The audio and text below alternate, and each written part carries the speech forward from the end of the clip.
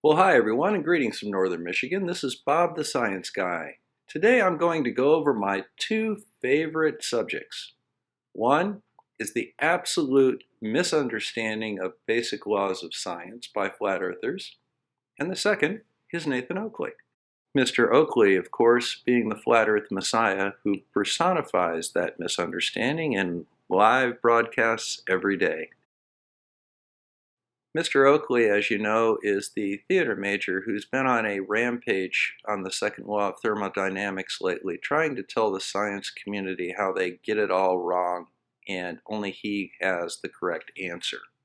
His big point of contention with the second law of thermodynamics is that a gas pressure cannot exist next to a vacuum. This is part of his bigger strategy of denying the existence of space, and by denying the existence of space, he denies the existence of our satellites in space taking photographs of our beautiful spherical Earth.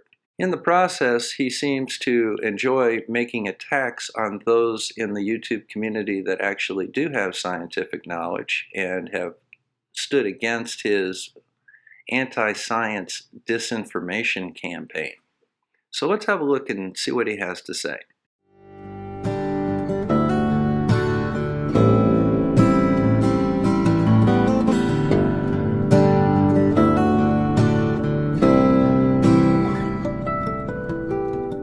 Hi, I'm Nathan Oakley, and it has come to my attention that one of our opponents on the heliocentric side of this argument feels he can debunk the second law of thermodynamics. Now, maybe in his mind he thinks he's going to get a Nobel Prize for this, or maybe even an Ig Nobel Prize for something that seems stupid but is actually quite interesting. Realistically, I think this guy is absolutely idiotic. There's no way that this high school teacher is ever going to falsify the second law of thermodynamics. So, conspiracy cats, just a gentle reminder that you are only worthy of a certificate of stupidity because there is no way on God's green earth you are ever going to falsify the second law of thermodynamics. But I will. Well, everybody, let me introduce you to Jupiter, a rotating spherical planet with an atmosphere that exists next to the vacuum of space. This planet can be viewed from telescopes on Earth. Galileo actually looked at Jupiter. We can clearly see the red spot and atmospheric conditions on the planet. And yet, the second law of thermodynamics is still valid. How is this an example of a violation of the second law of thermodynamics? Well, the short answer, of course, is it doesn't. Now, just so that we know that it's not only Jupiter that has an atmosphere on a rotating spherical planet, here's Venus. And we have some shots here from the Hubble telescope. We can also see the atmosphere of Mars from low Earth orbit and the Earth. So even though it's quite apparent that spherical rotating planets with atmospheres can have an atmosphere next to the vacuum of space, why is Mr. Oakley trying to say that this is a violation of the second law of thermodynamics? Well, here is his famous MIT professor confirming his theory. If you have two containers, one has gas in it and the other has a vacuum in it, and you remove the barrier between those containers, it's obvious that the gas will diffuse into the vacuum until the pressure is equalized on both sides. Well, if you actually look at thermodynamics, there are three different types of systems. The first is an isolated system where nothing goes in, nothing goes out. It's all self-contained. The second is what's called a closed system, where matter stays in the system, but energy can actually enter the system. The third is an open system, where energy and matter within a system freely interacts with energy and matter in another larger system. So what happened was Mr. Oakley cherry-picked this one particular slide and implied that the Earth somehow was either an isolated or a closed system, in which case gas could not exist next to a vacuum. Had Mr. Oakley stayed in school, so to say, he would have continued to watch this lecture and seen that the professor then went on to discuss open systems, which have profound implications for our atmosphere. Well, while the professor gets set up here, let's go ahead and discuss what kind of system the Earth is. Are we an isolated system? Well, no. We get energy in from the sun, and we lose matter off of our planet to space. We also gain matter from space, for example, meteors. So the Earth, by definition, is not an isolated system. That leaves the possibility of the Earth being a closed system. Well, that is a possibility. However, if the Earth itself was a closed system, things would equalize in that system. Since we're talking about the atmosphere, if the Earth was enclosed within a dome, there are a couple of things that would, by definition, have to happen. First, pressure would equalize throughout the dome. The pressure at the bottom of an oxygen cylinder is not significantly higher than at the top of the oxygen cylinder. Likewise, the pressure in the bottom of a balloon is not really any different than the pressure in the top of the balloon. Now, if the Earth was a closed system, it would be of a fixed volume. So adding heat to that system would necessitate an increase in pressure.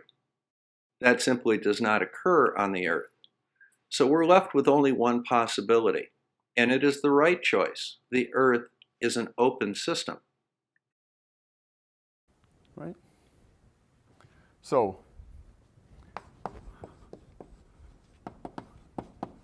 reversible process, we could compress it back to volume V isothermally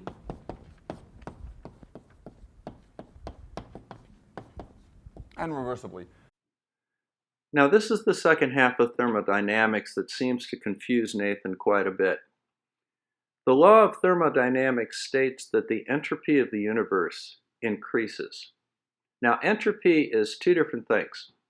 One is the movement from order to chaos. That's the one that we're most familiar with. And the second is the dissipation of heat. Let me give two quick examples of that. The first one is a seed of corn. A seed of corn is smaller than your thumbnail, yet you put water and sunlight on it and it creates a corn plant that is an organized structure that's much more complex than the seed itself, and it's 8 feet tall, so it gains volume by converting nutrients in the soil into organized structures within the stalk and the ears of the corn. At first blush, this would seem to be reversing entropy. We are going from just the nutrients in the soil and water and a small seed, and we're making a very large 8-foot plant out of it. However, the energy that drives that process is sunlight. Now, the sun, while undergoing nuclear reactions and radiating out light and heat, generates a tremendous amount of entropy. That entropy goes off into the universe. Only a very tiny sliver of that is diverted to reversing a local process on the Earth, where we take a seed and turn it into a plant. Now, the other process that I want to talk about is the concept of reversible and irreversible. If I place ice in a tray on my kitchen table, that ice will pull in heat from the room, melt, and turn into ice water. That's an irreversible process, unless you add additional energy. Now, obviously, the heat of the room goes down and transfers into that ice to melt it. And unless there was something colder that ice water could transfer its heat to, it would never refreeze. That's what would happen in a closed system. However, in an open system like the Earth, we can actually reverse that process. I can take that ice water and I can put it back in my freezer. There is a system in that freezer by which gas is compressed, it's allowed to diffuse its heat into the room, and then it's expanded again to become colder and allow objects in the freezer to transfer heat to that cold area. However, at a distant power plant, coal is being burned natural gas is driving turbines or nuclear power is being released to generate heat, to in turn generate electricity to run the compressor on my freezer. So in the end, the entropy of both the corn seed and that tray of ice water on my table is actually being decreased, is at the expense of something else having entropy increased. The end result is, overall, the entropy of the universe increases.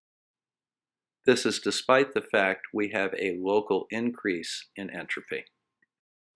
So let's have a brief look at the atmosphere from a thermodynamic perspective. Energy from the sun warms the ground, which in turn warms the air above it. That warm air becomes less dense than the cold air surrounding it, so it's forced upward. As that warm air ascends, it expands and cools and transfers its heat to the surrounding atmosphere. This loss of entropy continues as the air climbs until it equalizes with the atmosphere around it and the rising air simply runs out of gas, so to say. Gravity is now responsible for three things. The first one is the buoyancy of the less dense warm air and the more dense cooler air. That is what causes the less dense air to be forced upward because the denser, cooler air is being pulled down underneath it. Second, the fact that there is a pressure gradient in the atmosphere in the first place is the direct result of gravity acting upon the air molecules, which have mass. And third, once the air molecules run out of steam, so to say, and have dispersed their entropy, their mass is acted upon by gravity, which holds them closer to the Earth, to the point it balances the centrifugal force of the Earth's rotation, attempting to throw it off into space. So the fact that the sun has an increase in entropy and imparts energy upon the Earth, that energy is converted to heat. That heat causes gases in the atmosphere to rise and bleed off their entropy. The overall result is the entropy of the universe continues to increase. So not only do rotating spherical planets hold atmospheres next to the vacuum of space, there's no reason to believe that the Earth doing this actually violates the second law of thermodynamics. What we're getting with this is simply an attempt by people who want to deny science and promote their worldview to manipulate the second law of thermodynamics in their favor by giving people incomplete and incorrect information. But now we all know better. This rabbit hole's too deep for me.